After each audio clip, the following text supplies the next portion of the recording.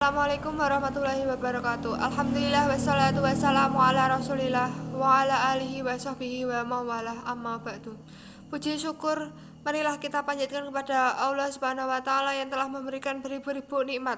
Tidak lupa salawat serta salam tercurahkan kepada Nabi Muhammad SAW, keluarga serta sahabat. Semoga kita mendapatkan syafaat dan hidayah hingga hari kiamat nanti. Amin amin ya rabbal alamin. Di sini saya akan sedikit berceramah mengenai khutbah Nabi Sallallahu Alaihi Wasallam di Arafah. Khutbah terakhir Nabi Muhammad SAW begitu menggetarkan hati dan jiwa para umatnya, yang disampaikan pada tanggal 9 Dzulhijjah tahun 10 Hijriah di lembah Uranah, Gunung Arafah. Khutbah terakhir ini persisnya disampaikan Nabi Muhammad SAW pada saat melakukan haji wada. Patut diketahui, haji wada adalah haji perpisahan Nabi Muhammad SAW. Dalam surat Al-Alaq ayat 1-5 turun untuk memulai proses kenabian Nabi Muhammad. Maka surat Al-Maidah ayat 3 turun untuk mengakhiri tugas kenabian Rasulullah. Dari Gua Hira, Islam pertama kalinya disiarkan. Di Padang Arafah, Islam dituntaskan dan disempurnakan. Diriwayatkan bahwa surat terakhir diturunkan sesudah waktu Asyar pada hari Jumat di Padang Arafah saat musim haji penghabisan atau haji wada. Seminggu sebelum 9 Dzulhijjah, Nabi Muhammad bergegas ke Padang Arafah yang jaraknya kira-kira 22 km sebelah tenggara Masjidil Haram. Kota Arafah adalah sebuah padang seluas 10,4 km persegi. Dulu sangat gersang, tapi kini mulai hijau ditumbuhi pepohonan yang satu jenisnya disebut orang Arab sebagai pohon Soekarno, karena bibitnya merupakan hadiah dari Presiden Republik Indonesia pertama. Arafah adalah padang seluas 10,4 km persegi. Dulu sangat gersang, tapi kini mulai hijau ditumbuhi pepohonan yang satu jenisnya disebut orang Arab sebagai pohon Soekarno, karena bibitnya merupakan hadiah dari Presiden Republik Indonesia yang pertama. Sejumlah petugas tampak memasang tenda-tenda yang dipersiapkan bagi jemaah haji yang akan melakukan wukuf, berdoa, dan berzikir di bebatuan di Arafah. Pemerintah Arab Saudi tidak membangun gedung atau fasilitas lain di Arafah. Tenda-tenda perkemahan pun hanya dipasang setahun sekali saat musim haji, barangkali ingin mengikuti sunnah Nabi Muhammad SAW melakukan haji terakhir atau haji wada. Riwayat menceritakan bahwa Rasulullah bertolak ke Padang Arafah dari Mina setelah matahari terbit pada hari ke-9 di bulan Dzulhijjah. Waktu itu musim haji tahun 10 Hijriah atau sekitar tahun 632 Masehi. Sebuah kemah telah didirikan di padang yang berada di kaki bukit Jabal Rahmah. Nabi Muhammad berada di dalam kemah tersebut sampai matahari tergelincir pada waktu zuhur, lalu naik unta kesayangannya yang dinamakan Al-Khoswa. Di atas unta tersebut, Nabi Muhammad menghadap ke arah kiblat. Lalu ia mengangkat kedua tangannya dan berdoa kepada Allah, lalu bergegas menuju Wadi Uranah, yaitu sebuah tempat lembah yang terletak di akhir tanah haram. Di situ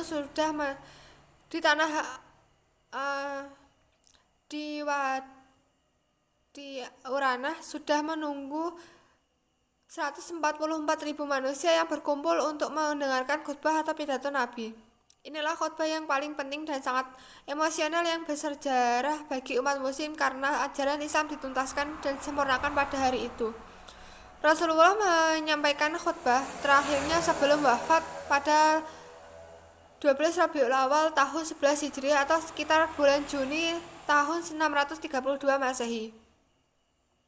Pada tahun ke-10 sejak Hijriah, Nabi Muhammad SAW dari Mekah ke Madinah. 2 tahun setelah Fathu Mekah, kaum muslimin bergerak menuju Padang Arafah. Nabi dan kaumnya kemudian tiba di Namirah, sebuah desa sebelah timur Arafah.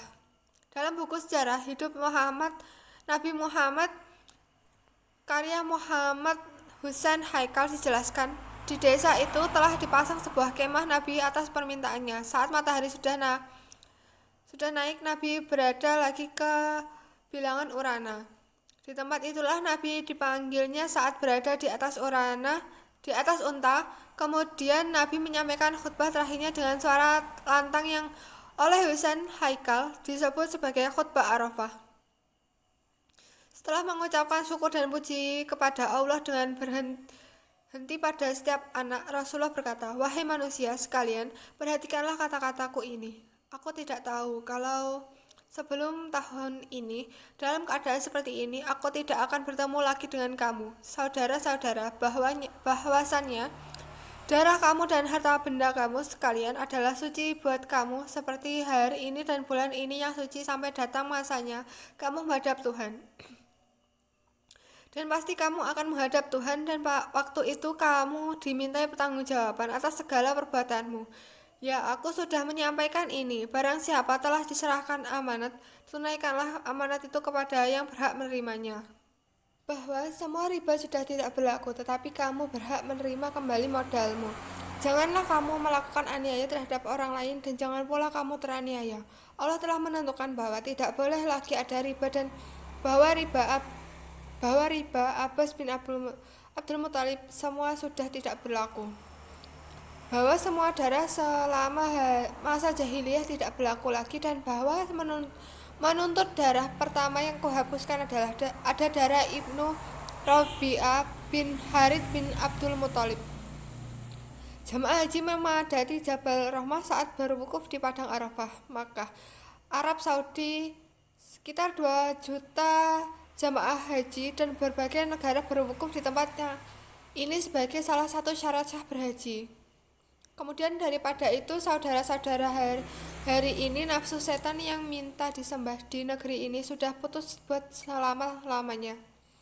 Tapi jika kamu turutkan dia, walaupun dalam hal yang kamu anggap kecil, yang berarti memperhitungkan amal perbuatan, akan senanglah dia. Oleh karena itu, peliharalah agamamu ini baik-baik.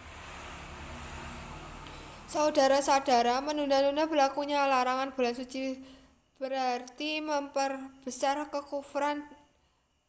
Dengan itu, orang-orang kafir itu tersisa pada 1 tahun mereka langgar, pada tahun lain mereka sucikan untuk disesuaikan dengan jumlah yang sudah disucikan Tuhan. Kemudian mereka menghalalkan apa yang sudah diharamkan Allah dan mengharamkan mana yang sudah dihalalkan.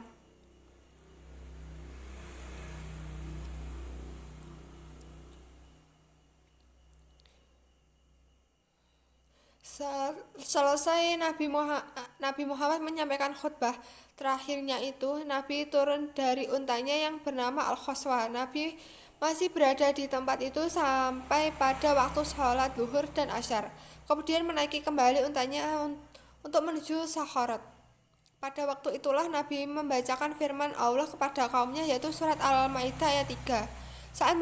Saat mendengarkan ayat itu, Abu Bakar menangis dan dia merasa bahwa risalah Nabi sudah selesai dan sudah dekat pula saatnya Nabi Muhammad hendak menghadapi Tuhannya.